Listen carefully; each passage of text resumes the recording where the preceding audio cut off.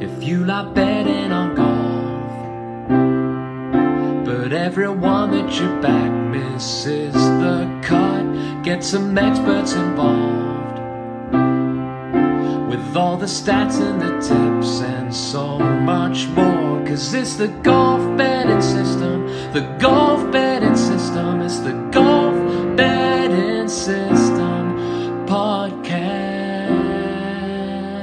Greetings and welcome to the Golf Betting System podcast. It's episode 388. This is our 2026 Valero Texas Open Tips podcast. Barry O'Hanrahan and Paul Williams join me, Steve Bamford, to discuss this week's PGA Tour action. Good morning, gents. Good morning, guys. Morning, guys. This podcast is for listeners of 18 and above. Please be gamble aware. You can visit gambleaware.org for more information, and of course, please bet responsibly. Visit our world-famous golf betting system website where we have in-depth betting previews for the Valero. Paul has been in the stats lab pulling together this week's data. We have TPC San Antonio Oaks course, strokes gained rankings, detailed course form, player form and combi sheets, plus new and old predictor models for the PGA Tour action this week. All of our content is available completely free of charge. There is no paywall or registration required. On X, you can follow Barry at A Good Talk Golf. Paul is at Golf Betting. I am at Bamford Golf. On Bluesky, search for Steve Bamford and Paul Williams. Subscribe to the Steve Bamford Golf YouTube channel where this podcast is available each and every week. If you are listening to this podcast, please press that like button. Now, you guys as listeners power this podcast, so we need your 5-star reviews on Apple Podcasts. As ever, for those of you who leave a review, I read them out at the start of a future show. Leave your name and where you are in the review. I've got great news. We have a review. Very good. This one is from Poana Lover in the UK. Good name. And I thought so. Entitled, Stevie, Have My Children. 5 stars. Steve and the crew.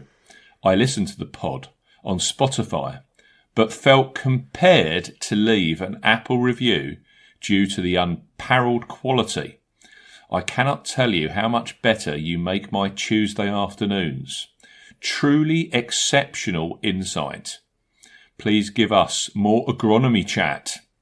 Forever bullish on Jacob the Bridgman, dark horse for Augusta. Cheers from Po Anna Lover.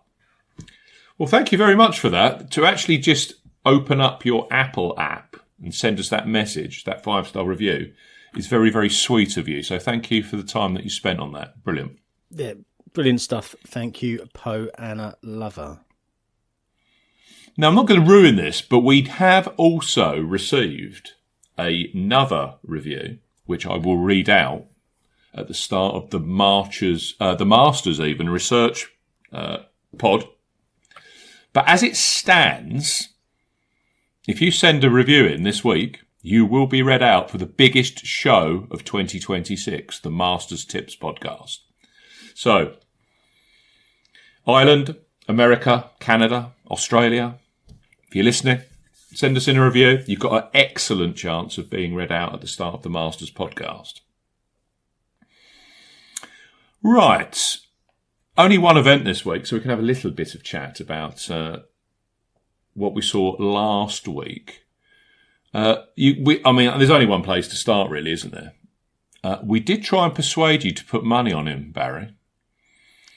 But no. We did.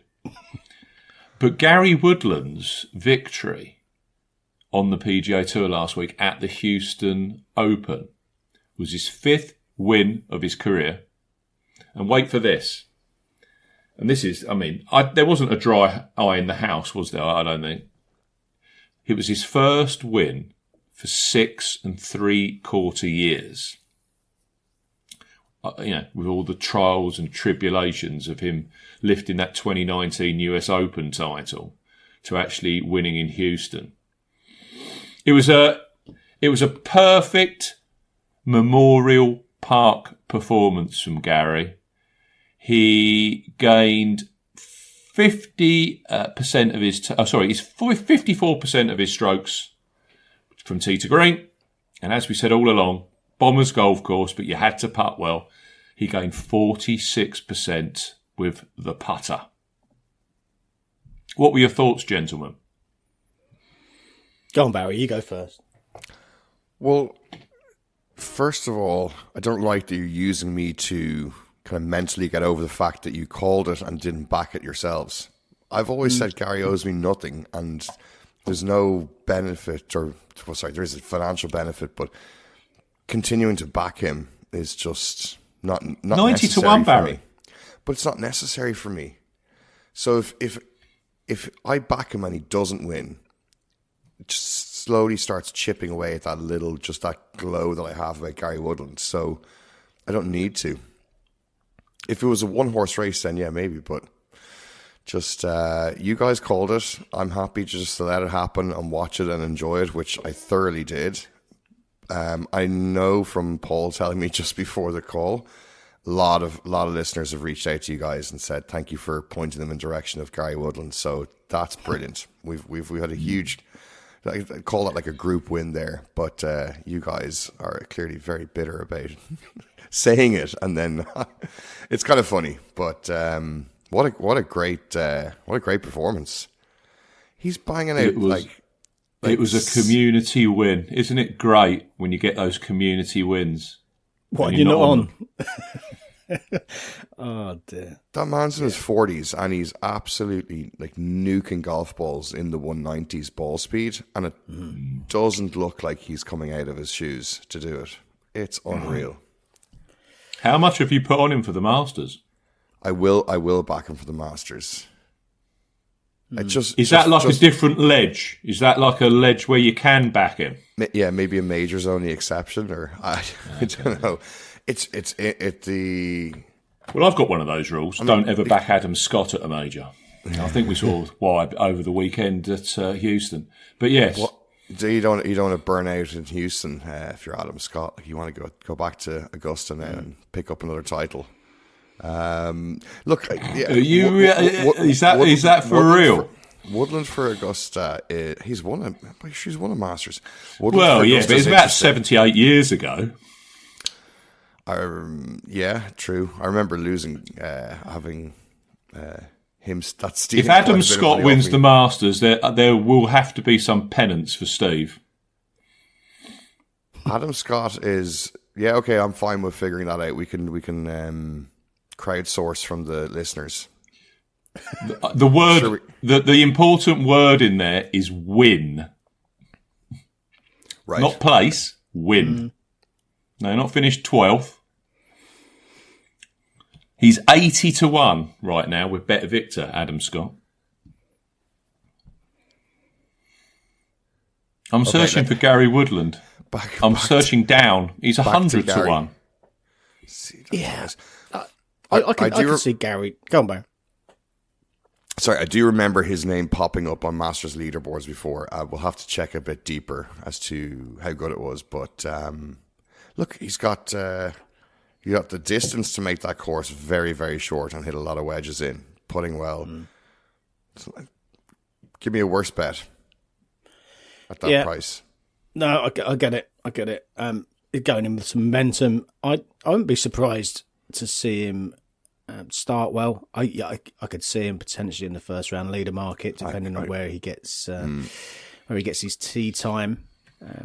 Look, disappointing to miss it last week because there were enough signs, there were enough clues, there were enough people on him, and to your point, Barry, a number of I could see from social media how many people had backed him generally from yesterday. But yeah, we've had tweets and emails over the last couple of days with people who backed him, jubilantly telling us that they'd backed him based on some of the conversations that we'd had, and we'd failed to actually get to the same endpoint. I was frustrated with it because he was so popular in the early markets, and I've seen tickets up to 125 to 1, so they must have been super early. But yeah, generally kind of 90s by the time Steve was going to press on Monday afternoon. And then when Scotty Scheffler pulled out, of course, he was getting chopped even further. I saw tickets down in the kind of 60, 70 to 1 bracket. So yeah, that kind of I don't know. It's just, I guess it's just pride, as you describe it, Barry. And when someone's been cut that much, it just annoys me, and I didn't get that. Having too much data is the problem, Paul. So you can see where the price was at, and that just it's a killer when you see it. But there's so often we can go on the other side, and you get you've got the price advantage because you get your bet in, and the market moves, and you feel really good about it, and then it doesn't win anyway.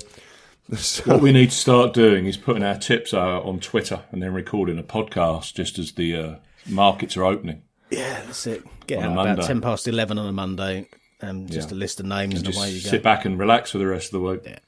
But like back to Gary, for him to go through what he's gone through, to open up as he did about his PTSD, only in the last couple of weeks or so, wasn't it?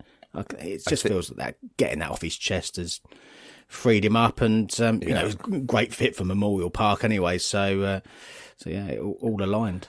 That's what people picked up on, though. That's that strokes gained mental game that we always say, and that being able to just unload that and burden from his shoulders, and boom, there you go. Well, a couple of weeks later, freedom, just annihilated it.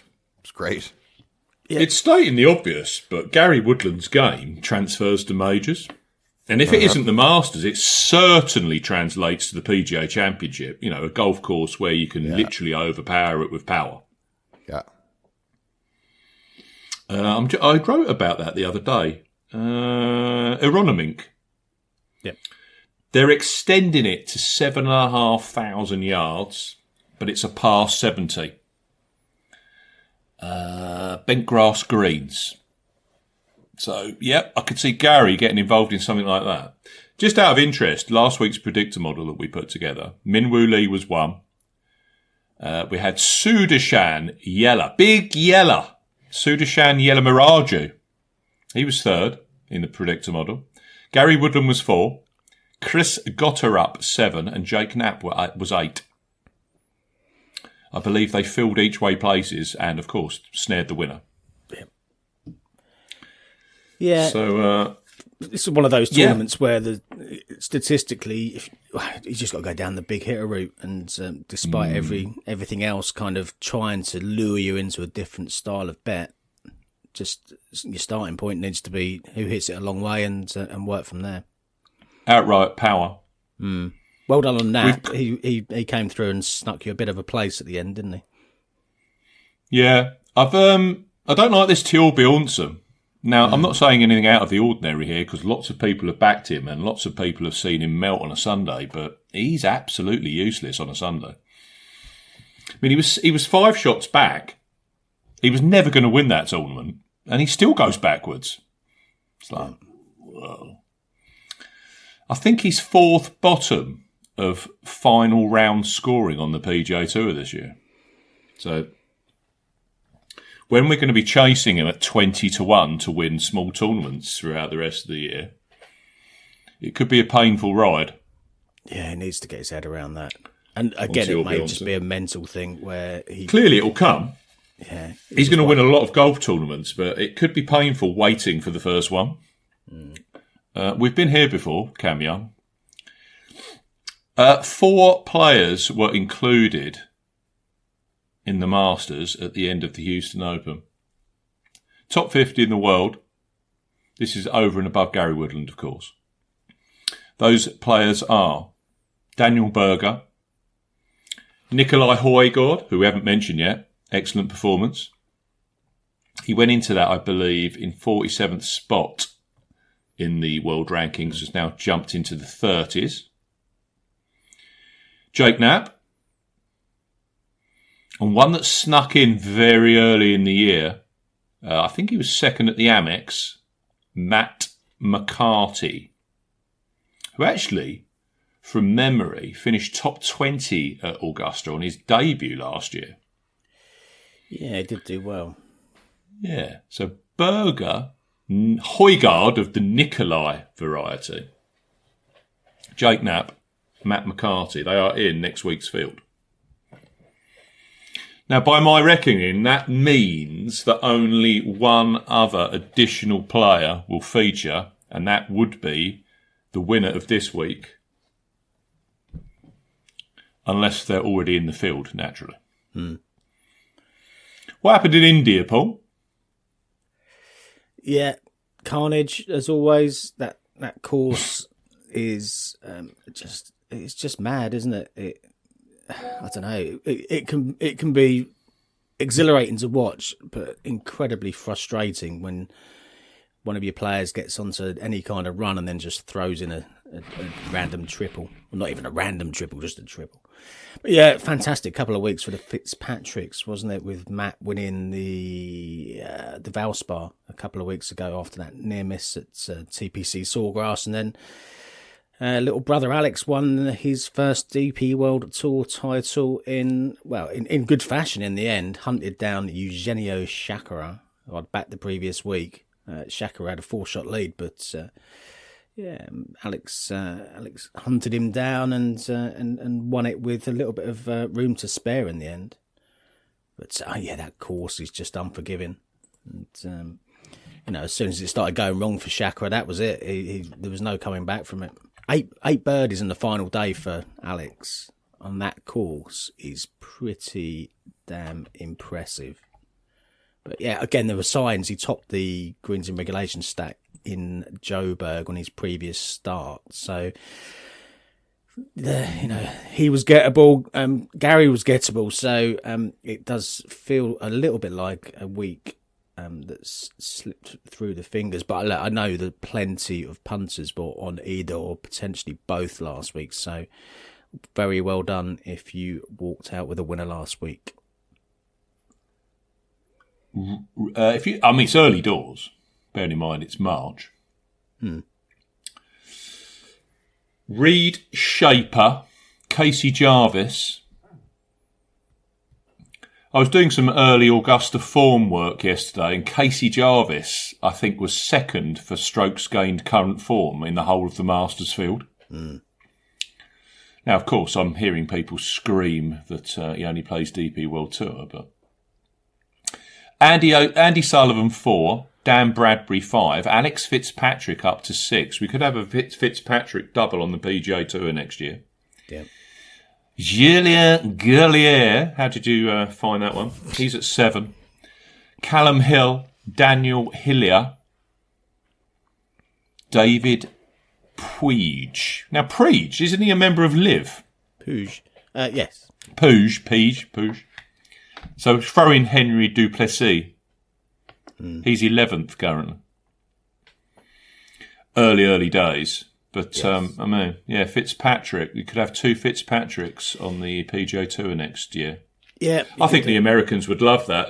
I could see Alex getting like 95 sponsor invites to every tournament so that both Fitzpatrick boys are in the tournament. Well, you'd imagine they'll play together in the Pairs tournament in a few weeks' time. And is that the one the Højgaard brothers are going to win? Well, yeah, it could come down to those two. I know it can be quite. Could see that, couldn't you, in a playoff? But yeah, the way that the Fitz boys are playing, they're going to be pretty short priced to go and win that. And should that happen, then as I understand it, Alex will get a PGA Tour card anyway. Paul said to me yesterday, Monday, he said, Højgaard's going to win soon, Nikolai. And I said, we've just got to pick the right course. And we both said at the same time, the Zurich Classic Team event. The one that we don't actually cover. Well, look, it's not a particularly a betting event for, well, certainly not for me, certainly not for you. And I know it's kind of a week off for a lot of punters because of the nature of the event. But for some of these players, it is a huge opportunity. And if they can realise the form that they're running with, they're running hot into that, then it can be a big opportunity. I'm sure Alex will see it as a big opportunity. Great example last year, Ben Griffin won that with Andrew Novak, and then what happened to Ben Griffin? Before you know it, he's playing in the Ryder Cup. Yeah. Paul, mention the Bet365, or take the listeners quickly through that Bet365 Majors competition, because we're getting very, very close to entries or entry closure. Well, we are, and the entries are coming through thick and fast. They've been flooding in overnight alongside all of the jubilant Gary Woodland comments. So thanks for your entries. But yes, please take a look at the rules, which I'm sure Steve will post into the podcast description. But essentially, we want a name for the Masters, a name for the PGA, a name for the US Open, a name for the Open Championship. 4 different names, one and done effectively. And what we'll do is we'll collate a leaderboard of all of the entries from everyone across the globe, and we'll allocate the dollar earnings as points for the 4 players that you select for their respective majors, create an overall big leaderboard, and the winner will win £150 or currency equivalent, second place 75, third place £25 or again or currency equivalent, and which will be paid at the end of the Open Championship in July. Great bit of fun, free to enter. Bet365 are sponsoring, so many thanks to those guys once again. And really popular competition. You can enter via Facebook. There's a thread. So if you go into Facebook, if you're on the group, you can see what everyone else has selected, which is a nice little way to get some inspiration potentially. Or you can tweet us, or you can send us a message through Bluesky, or send us an email. Lots of ways to enter. So get involved, please. Free to enter. Get your entries in. Yes, have you got an entry, Barry? Have you entered already, or? I always wait until the last moment for maximum. Is that the strategy? Yes. To that point. No, obviously not, because I've never even sniffed coming near the top of the leaderboard.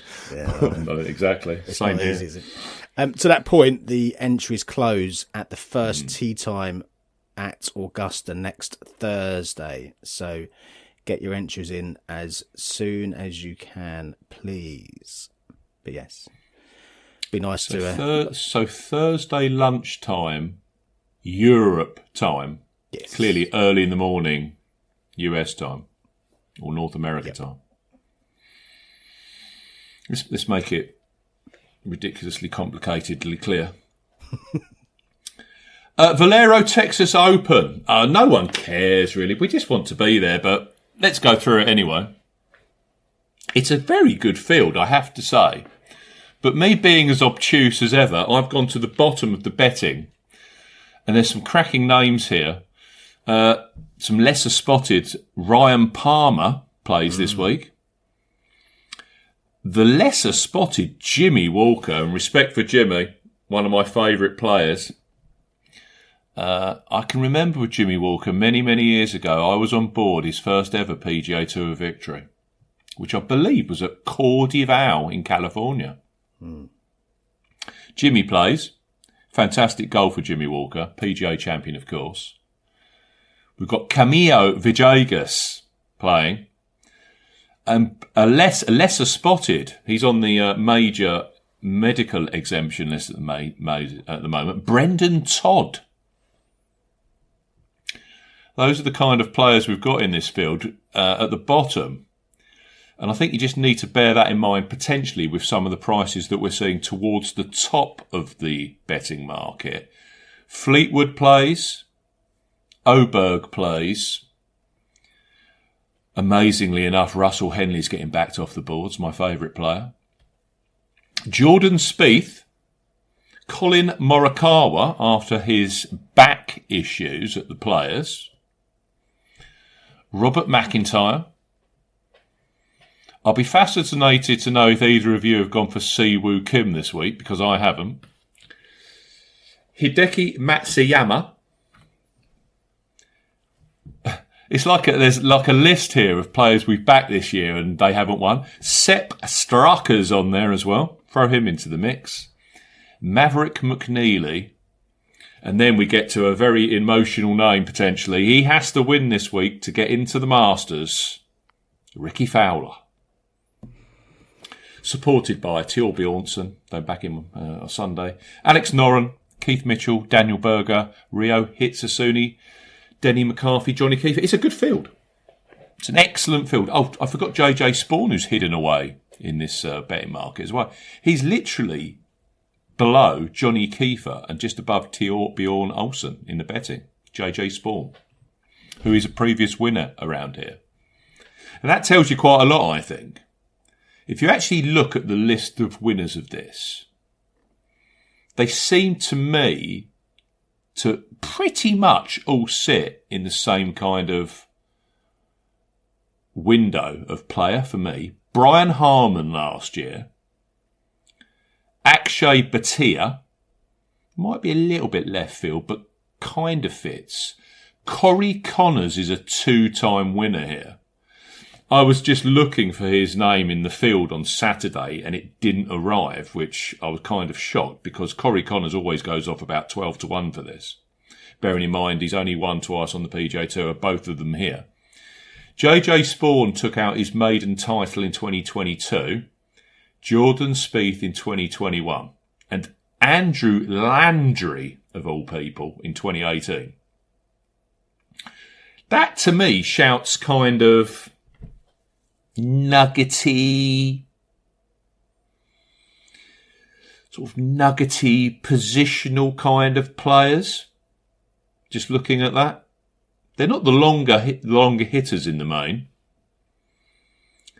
Just people that can navigate their way round here. The course itself, Oaks Course, TPC San Antonio, is a Greg Norman design. What's ever happened to Greg? You don't see him on Live anymore, do you? He seems to be he's disappeared off the Live schedule. It's a medium-length golf course, 7,438 yards. It's in Texas. The wind howls when it decides to, and the level of the scoring tends to link into, very, very links golf-like, the scoring levels depend on how hard that wind blows. I'm just opening up my weather app as we talk for San Antonio International Airport. Sunday looks interesting. I'm seeing wind speeds of gusting 30 miles an hour from the north. Now, bear that in mind. That was kind of the winds that we saw here 12 months ago when Brian Harman shot 3 over on Sunday and still won by a number of shots because he'd built up such a lovely buffer. Wind also looks like it will be a factor on Friday with gusts from the southeast of approaching 25 miles an hour throughout the whole day. I've seen rain in the forecast as well. So it looks like it's going to be like 4 seasons in one golf tournament. The other thing I did notice was warm Thursday, very warm Friday, 31 degrees Celsius, 27 degrees on Saturday, and then it plummets to it's actually warmed up slightly from yesterday when I looked. It's warmed up to about 17 degrees Celsius. But there's quite a big gap of 14, 15 degrees between Friday and Sunday. There must be a front going over the course on Sunday with those tremendously strong winds. Yeah. I haven't talked about the agronomy, and that is not going to sit well with Poana Lover. So, fairways are perennial ryegrass, and I love this one. Chewing fescue this week. A bit of chewing fescue. The rough, ryegrass and chewing fescue. One thing to note this year, chaps. Where the rough tends to be around about 2.25 inches here, they've decided to lengthen it this week. It's now being quoted as 3 inches and above. The other thing to note here is, compared to last week at Memorial Park, the Oaks course, 25 to 30 yard wide landing areas on fairways. Just looking at recent stop-offs, that's pretty much what we see at Sawgrass. So it's pretty tight here. It's not copperhead tight, but it's tight. Lots of dog legs and lots of encroaching trees here. I mean, first is a great example. It's a dog leg right to left And if you hit it on the right side of the fairway, there is a huge tree that encroaches and takes away about a third of the fairway for access to the green. It just overhangs. So lots of that going on here. It really is quite a positional golf course, in my opinion. But yes, I could see this. Look at, I mean, that forecast is all over the place. I don't see it being what we saw last year, 9 under winning, proper technical scoring golf tournament. But then I don't see it being 20 under where Akshay won in 2024. I could see it being that Corey Connors level of 23, about 15 under. Yeah. From a strokes game perspective, I heard a lot yet last week about Houston and Memorial Park being the perfect warm-up for Augusta, and I get that. And you've seen Scheffler play there in recent years. Rory played there as his warm-up last year. But from a strokes game perspective, this week is so, I wouldn't say, it's pretty unique on the tour. I'm just looking here at this per round strokes gained of winners here. Recent winners going back to, let's have a look, Jordan Spieth's victory. Off the tee, 0.6 of a stroke. This is the number. Approach, 1.71 strokes per round required to win this golf tournament. That, the only other tournament so far this year that reaches those extreme levels is Torrey Pines, the Farmers Insurance Open. This number's huge as well. 0.85 strokes gained around the greens required to win around here. So if you're one of these guys that struggles consistently around the greens, cannot chip the ball, you're struggling here. And I think a lot of that has to do with, if this is a very windy renewal, even the best players are struggling to hit 70% of greens. So overall, that pans out at 3.14 strokes per round required tee to green, 0.84 with the putter. Put that into context. When I look at Houston last week, 1.93 tee to green, 1.92 with the putter. So Team No Putt can work this week, but they have to be absolutely pristine from tee to green, and their approach play has to be absolutely world class. Now I can compare that to the Masters next week. 0.95 off the tee, 1.44 on approach, 1.28 around the greens. Remember that, chaps. Next week, 1.28 strokes of the winners of that title recently, the green jacket. They've gained that around the greens, and that equates to a massive 3.66 strokes tee to green at Augusta. The putter, 0.32 per round. So these next 2 weeks are absolute tee to green feasts. They really are. Statistically for San Antonio, it works out 81% of strokes required to win, tee to green. The rest with the putter, 22 or 20, 21, 22%. That's mad. So I'm looking for players this week who are clearly golfing their ball particularly well at the moment, heading in. Saying that, you wouldn't have picked out Brian Harman last year. The other thing I have noted here, and this, Barry has encouraged me over 6 months, and he's absolutely spot on. Data golf rankings. These are the data golf rankings of Valero Texas Open winners recently. And I think it tells a story. Harman 86, Batia 73, Connors 40, Spawn 100, Spieth 41. So no one south of data golf ranking of 40th place has won this across the last 5 renewals.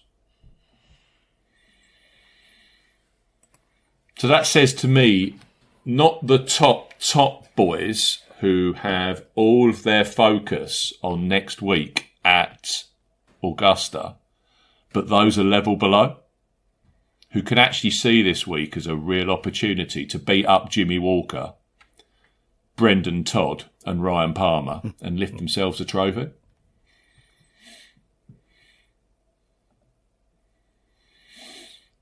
I've selected on that basis. How many did I go for in the end? I think it was 5. 1, 2, 3, 4, 5. Yeah.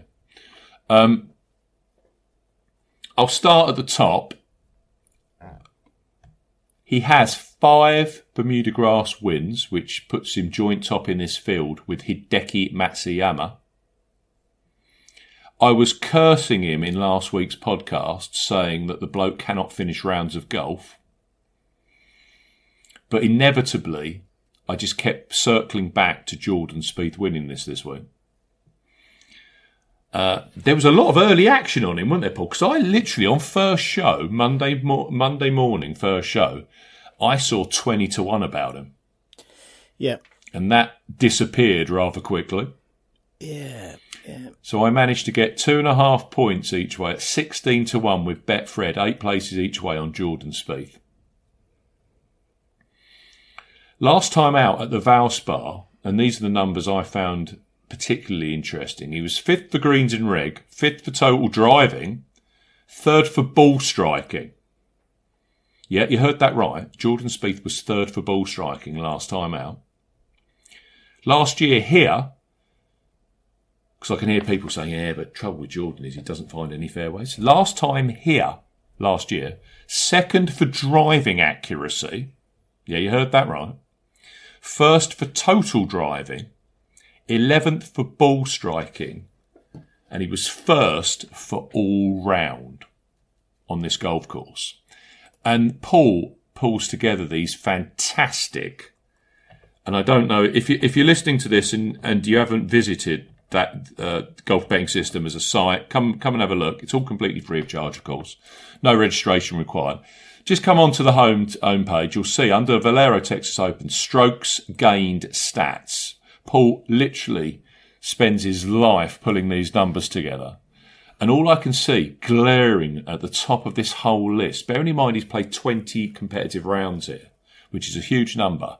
Jordan Spieth, he gains 2 strokes per round around here, total, at the Oaks course, which ranks him number 1.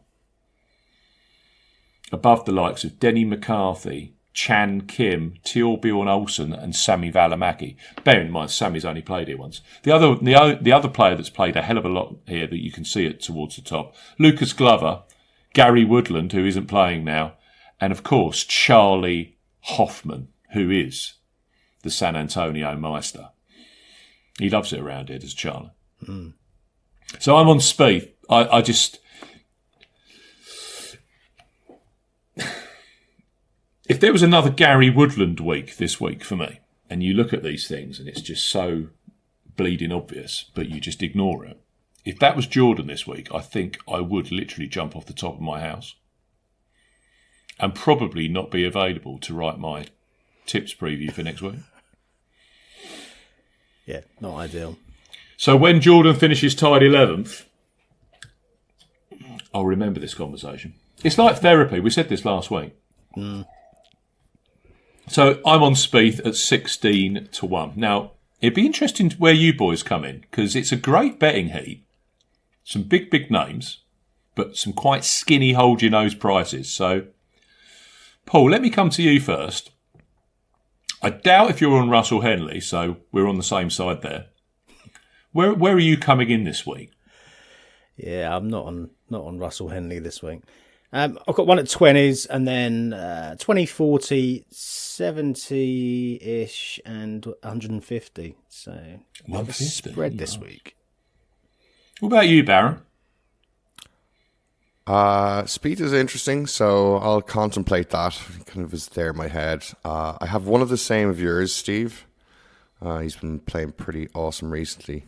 I'll let you dig into it, though. It's Hisatsune.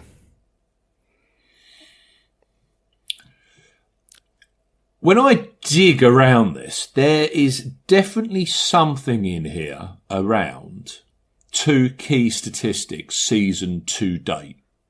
One is a really old statistic that a lot of people will completely ignore because it's old-fashioned and, you know, it's the kind of stat that someone that's 53 like myself would look at. And that stat is greens in regulation. Because if there's one thing Brian Harman was doing last year, relative to his strokes gained numbers, which were pants, he was still hitting a lot of greens season to date before taking this out. The other stat that seems to be absolutely key and critical, well, it has been on recent renewals, is the distance from edge of fairway statistic. And just giving you an example of that, Brian Harman was 11th in that stat, arriving at San Antonio. Akshay Bhatia was in the top 40, and Corey Connors was 5th.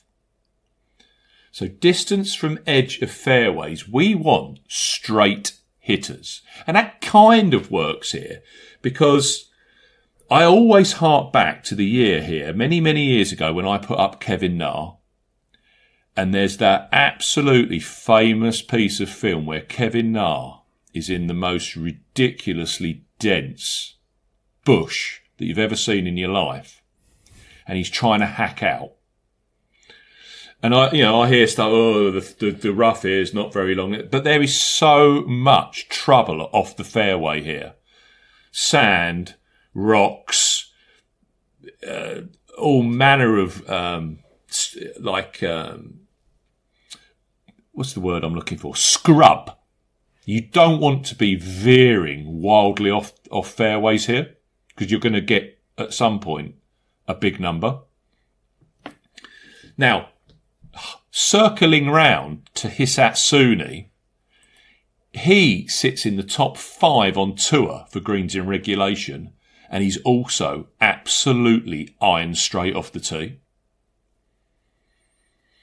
So I am on Hisatsuni as well, 1.5 points each way. I got 35 to 1. I must say, Paul, this week, Betfred, their prices across their extended place markets were very, very good.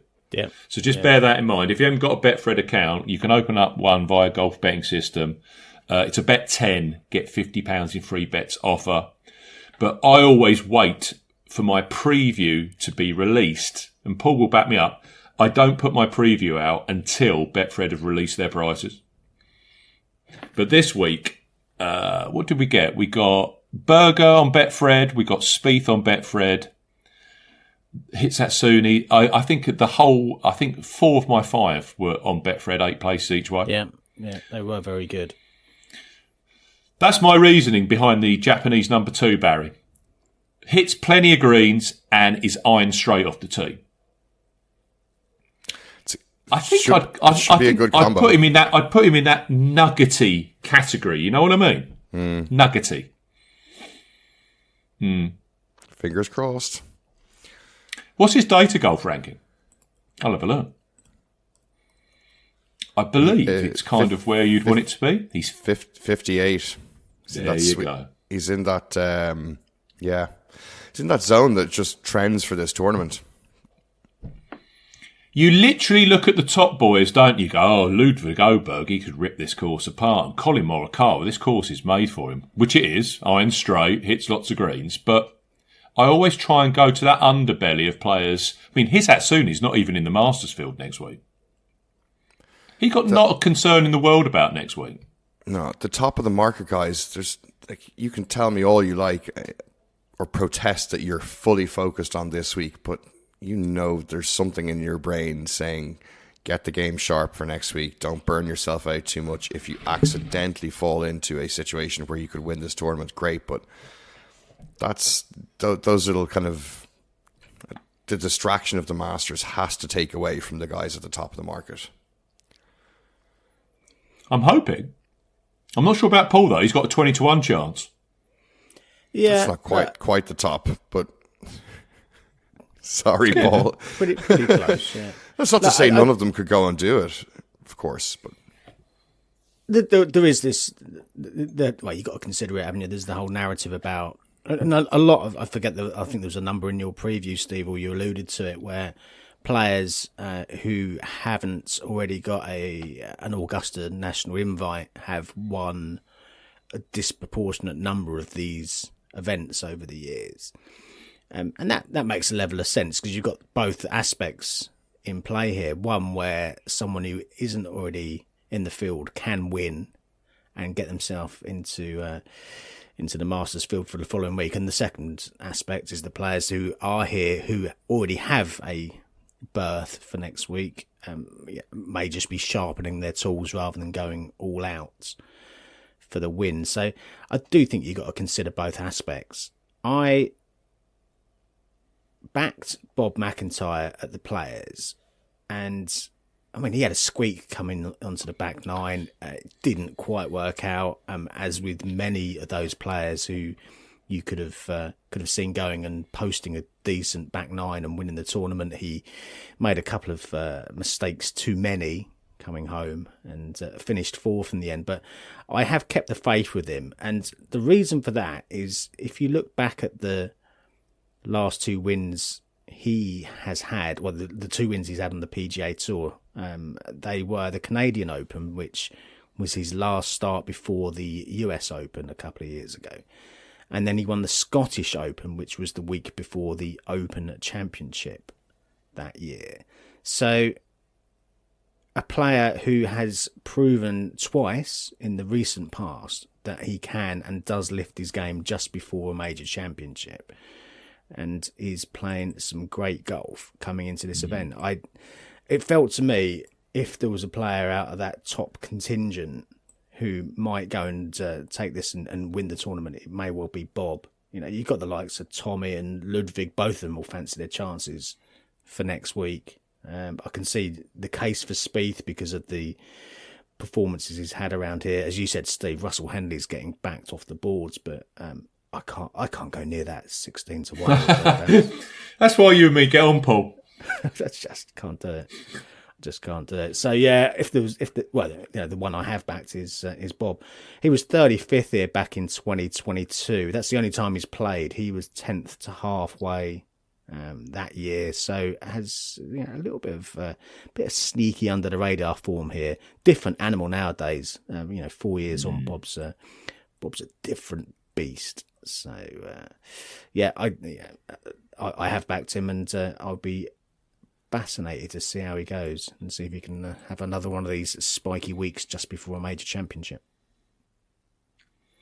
20-1 hanging there at the moment with Bet365. So yes, McIntyre. No Siwoo Kim interest from either of you, no? No, not for me. Not for me. Barry? No. Okay. No Sepp Straka? He's a little bit short again, isn't he? 25s thereabouts. 20s Isn't he a even. world top 10 player? Well, yeah. He's priced as a top 10 player in the world.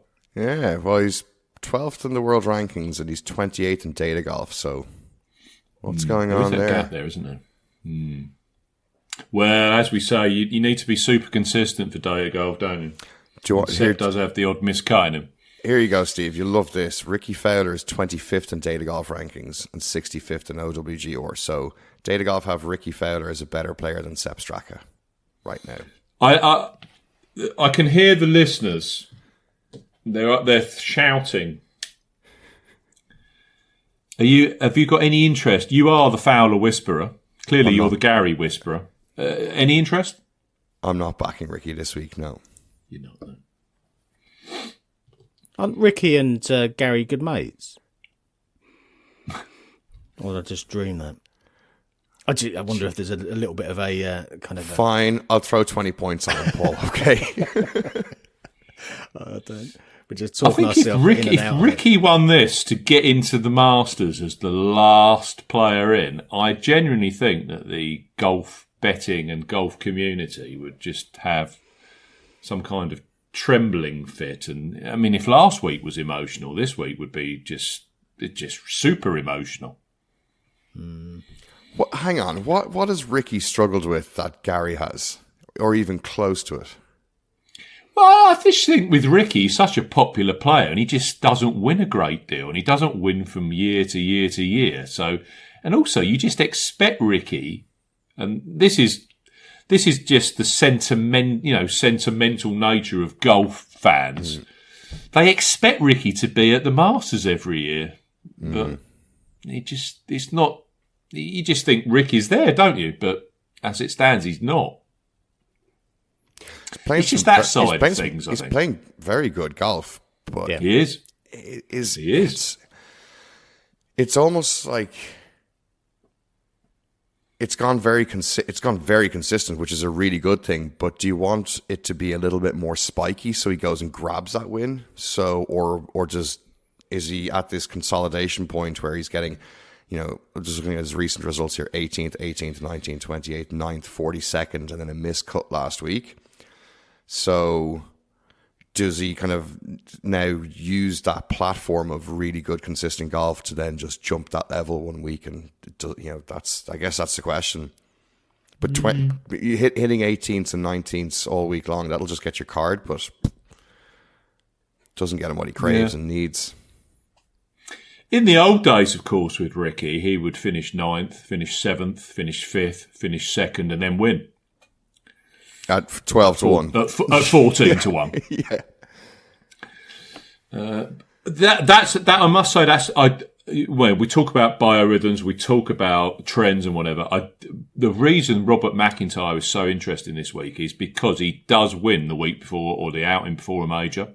So I can see Paul's logic on that one. I really can.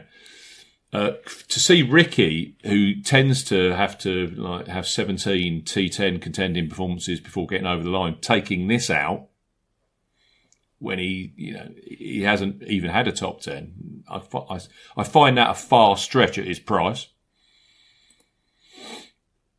But then who am I to say anything? I'm on Daniel Berger, so I think Berger's over the years has come very, I've got a hung up with Berger. You all know I've got a hang up with Keegan Bradley. I don't know how Keegan Bradley's missed out on my post-it note of doom over the years, but he's still not on it. Yeah, immune. But Berger, again, if you're just working on the premise of nuggety, hits a lot of greens straight off the tee. And I think there's going to be a bit of chaos this week. I hark back to Berger going head to head with Harrington at PGA National years and years and years ago, when it was windy and hard and tough. I could see Berger winning this the week before the Masters, and you'd be like, yeah, we've been waiting for this win. And he was very, very close at Bay Hill. He was leading that tournament, was it 71 holes? And then Akshay came and took it. So, yeah, I'm on Berger. I just think it's a good course for him. He's clearly trending towards a win. And again, it would kick me in the teeth if he took this out and I wasn't on him, because I have backed him this year. From a data golf perspective, Barry, he's 52nd in the rankings. So he's at that kind of level that I'm thinking someone around here might take this out. So I've got Hitsatsuni, Berger, Spieth to this point.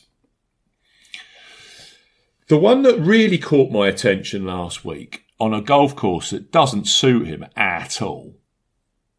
And when there is carnage, we've seen over the years, and when I say carnage, I'm not suggesting this is going to be 5 under par wins this, but there's definitely weather in this tournament. Denny McCarthy, he does pop up fairly regularly on technical to low mid-score tests where there's wind, where there's firmness in the course potentially. I mean, he's finished 7th in the US Open, and last year he was 8th at Quail Hollow in the PGA Championship, and that played really, really firm and fast towards the end of the tournament. As we know with Denny, awesome putter, superb short game. But the thing that McCarthy's actually been doing well this year isn't putting, and that's what's held him back. It's actually been his tee to green game, which has really become quite solid. And as I was mentioning earlier, Paul's strokes gained analysis here, Denny McCarthy is very, very, very visual. He basically ranks number 2 across 22 rounds for strokes gained total on this golf course. 1.82 total strokes per round gained. The thing that got me last week was all of a sudden Denny was actually hitting his approach play to better numbers.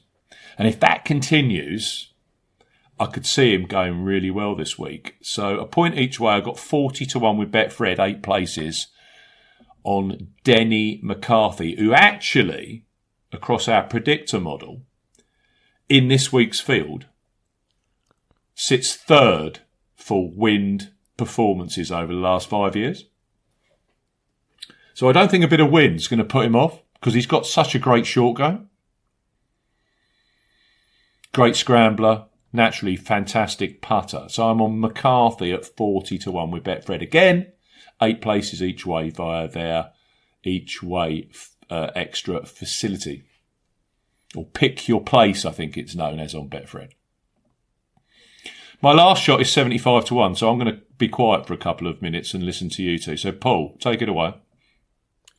Yes, I've got 3 others I've backed. Similar kind of position and not a dissimilar argument for your Denny McCarthy pick. And that the person I've picked in that kind of bracket is Keith Mitchell, who is still 40-1 out there with BetMGM as we... the best dressed man on the PGA Tour, Kashmir Keith. Kashmir Keith, yeah, Killer Keith. And if you look back, his one win came at the Honda Classic back in 2019. That was a tough course, 9 under that year. And it was blowing 20 or so on the Sunday. So he had to contend with that to get himself over the line, which he did. Got a solid record in Texas. 3rd at the Byron Nelson back in 2018, a couple of top 10s in Houston, 14th last week in Houston as well, and has some progressive form here over the years, 26th, 17th, 14th, and then 12th last year. He was 4th into Sunday last year. So he's improving every time he gets a chance to play this. Good in the wind, is 8th on the predictors wind statistic this week as well. And he's not in the Masters, so something to play for Keith. I can see him going well.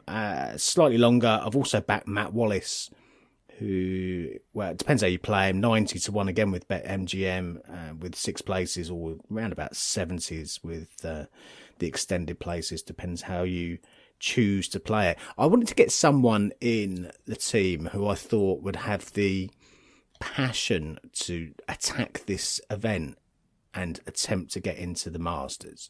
And if there's one player who I could see fulfilling that role, then that is Matt Wallace.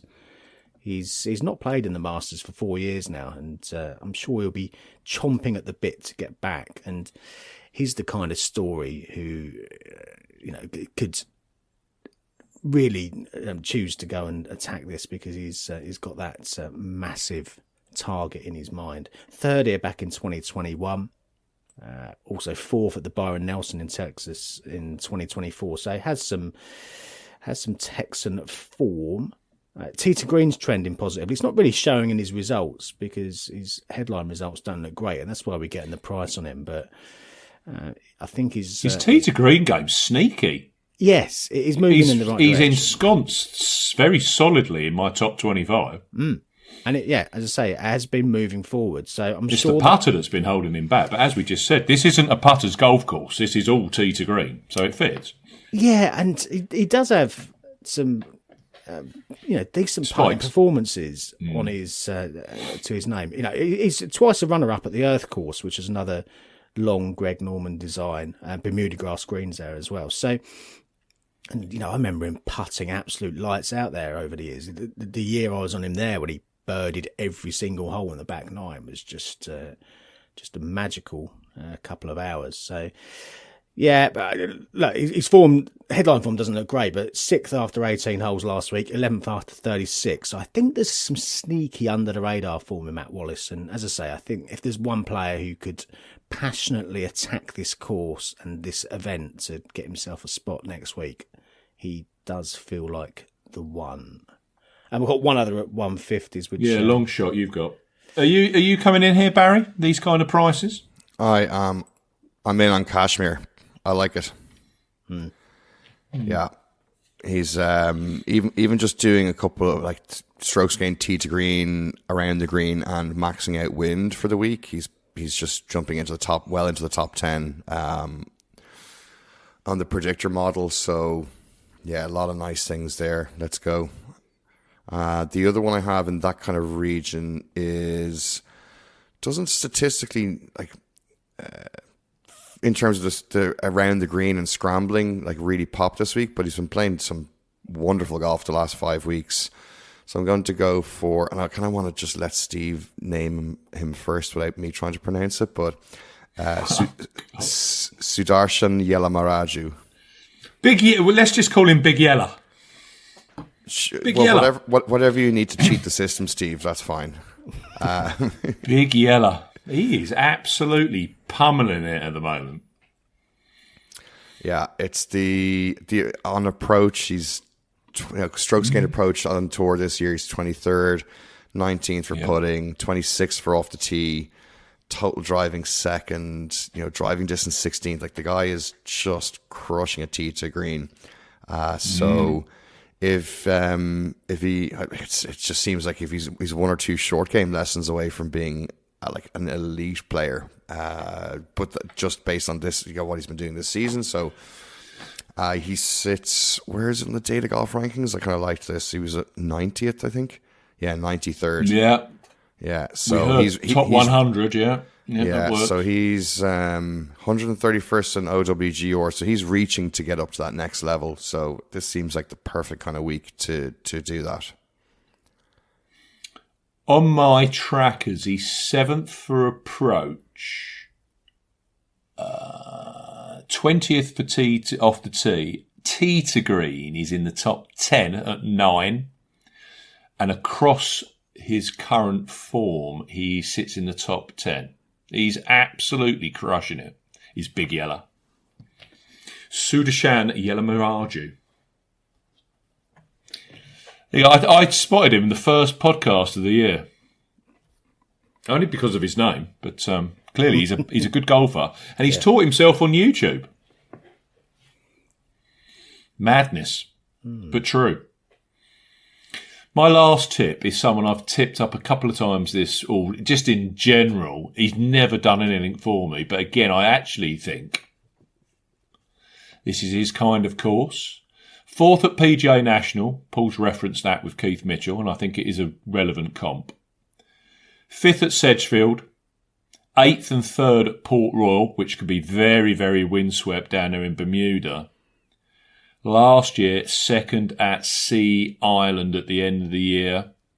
His best performances have all been on Bermuda grass greens to this point on the PGA Tour. He's a very nuggety sort, gains his strokes off the tee through accuracy rather than length and distance.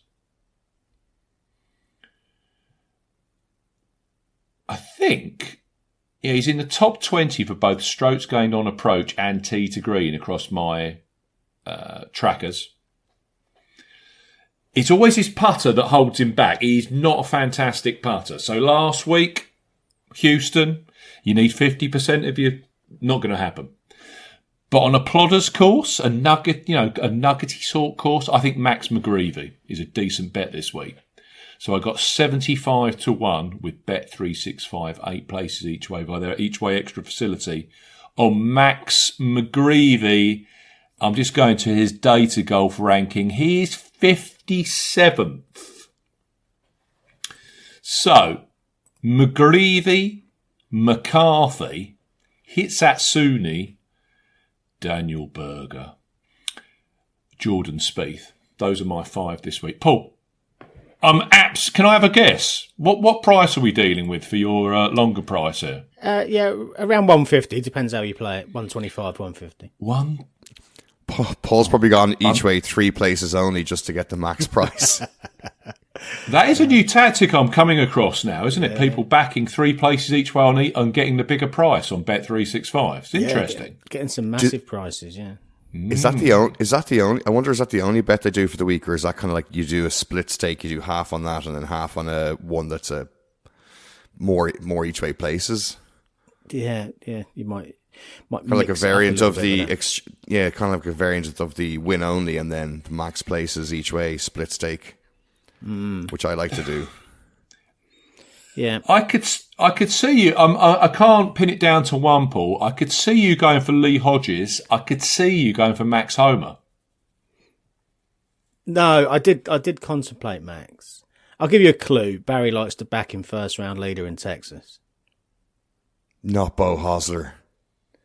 It is Bo Hosler. Yes. Bo Hosler. Is that because of the good performance last week? Big Bad Bo. Yeah. Paul is going to mention him losing out to Ian Poulter at the Houston Open a few years ago and not qualifying for the Masters, aren't you, Paul? He's got unfinished business, Steve. He lost. 20. That's still eating him away, isn't it? Yeah, it is. Yeah. Oh, my Lord. The bookies will be grateful for your donation, Paul. That is literally still eating him away, Barry. That is. Oh, yeah. Bo. Thankfully, let that one go. Go on, tell us why, Bo. 8 years on, he'll be looking for some redemption.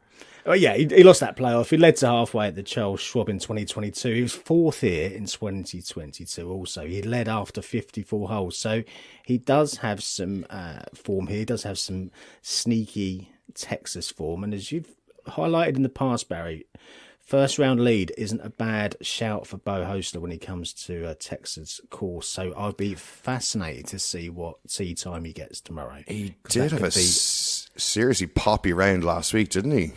He did, yeah.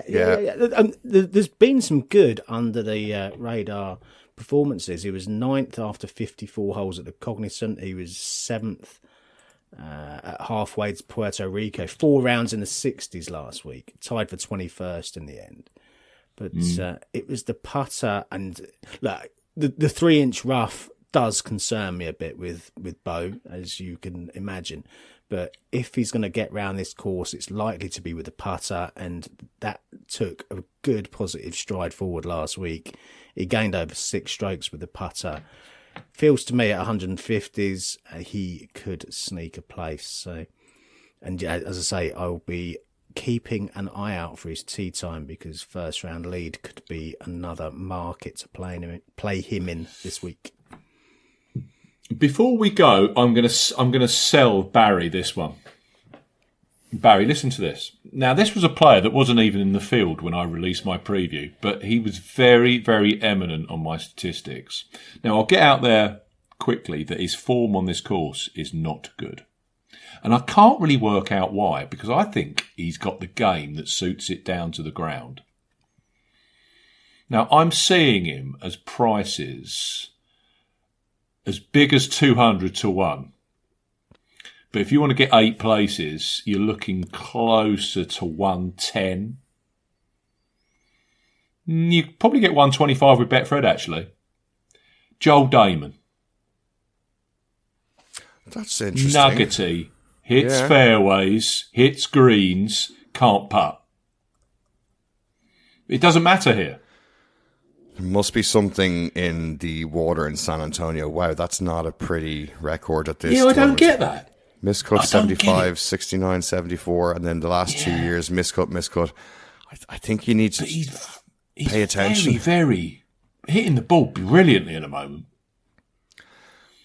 Look, maybe there's something in just the design of the course just doesn't suit his eye. Look into Joel Damon and Greg Norman design courses and records. Maybe there's something there that doesn't suit his eye. Or maybe it's a San Antonio, Texas-y thing. But you can't over. Do you think he goes to the local Hooters, or is there something like that potentially going on? I mean, or was he waiting for Augusta for that? like, to be fair, we'd all view that as inspirational stuff, and it would improve your golf rather than detract from it. But there has to be something there. I'm seeing on the predictor model, he's got 3 points on Norman Designs. So that's over the last 5 years. So he's clearly played well at somewhere like an El Chameleon or maybe that Mexican Open that they played down at Vedanta. Yeah, maybe. So it's not as if he's not disastrous on Greg Norman courses. I don't know, it's just, there's literally no course fit whatsoever in terms of form, but the way that his game sets up and the way that he plays golf, he would seem like a decent bet to me. So I don't know whether I'm going to have a sneaky, tiny investment on Betfair Exchange or something. Potentially try and trade. Strange one. It's an interesting angle for me. He's 20th. You max out Texas Positive, he's 25th. Max out Norman, he's 14th. And if I do the two of them, he is combined 17th. So, yeah, it doesn't make sense. But listen, seventh at Torrey Pines. He was 7th at Torrey Pines. He was 2nd heading into Sunday. He was 9th at the PGA National at the start of March. So it's not as if he's playing garbage, and yes, he's been blown out. He actually qualified for the signature level events because he's been playing well at Arnold Palmer. And then missed the cut at the Players. Well, we can forget about that. And he was 64th at Valspar. Now that suits a player, really, that has got a bit of a flat stick. I know Fitzpatrick won pretty much with level strokes game putting, but you see what I'm saying. But anyway, I just thought Joel Damon, a very late entry, he interests me greatly. Misses the cut, I'm sure. But yeah, not a great Florida swing, but let's. Are we done, chaps? Are we going to start prepping for our Masters research preview that's coming out at the end of this week? Yes, I believe so. Good for that. Yeah, I always find that the most enjoyable podcast probably of the whole year. Love it. Is that because we're at a point where we haven't quite settled on our picks that we know might disappoint us for the week? So we're in the excitement phase and everything's possible. And then come Tuesday, we've put our cards on the table and that's it. Maybe. Yeah. I meant that as a good thing. I was hoping for such good things from Brooks Koepka last week. I know that you chaps were. I'm okay with it. That guy is just, he has, like, okay, this could be revisionist history on it, but just getting his head right, working on things for Augusta. Like, yeah, if he went and won that last week, whatever, but I think he's focused on getting his mental energy all on the next big prize, which is next week. I hope so, because I'd love to see Brooks in the white heater contention at Augusta. Wouldn't it add an extra level of interest and intrigue to it? I'd love that. But then I am a Brooks Koepka fan, so. I hope your bets go well, gentlemen. You too, boys. Best of luck to listeners. We will be back Thursday, I think we're going to release it. The Masters in-depth research preview pod. See you soon. If you like betting on golf, but everyone that you back misses the cut, get some experts involved with all the stats and the tips and so much more, 'cause it's the golf betting system. The golf betting system is the golf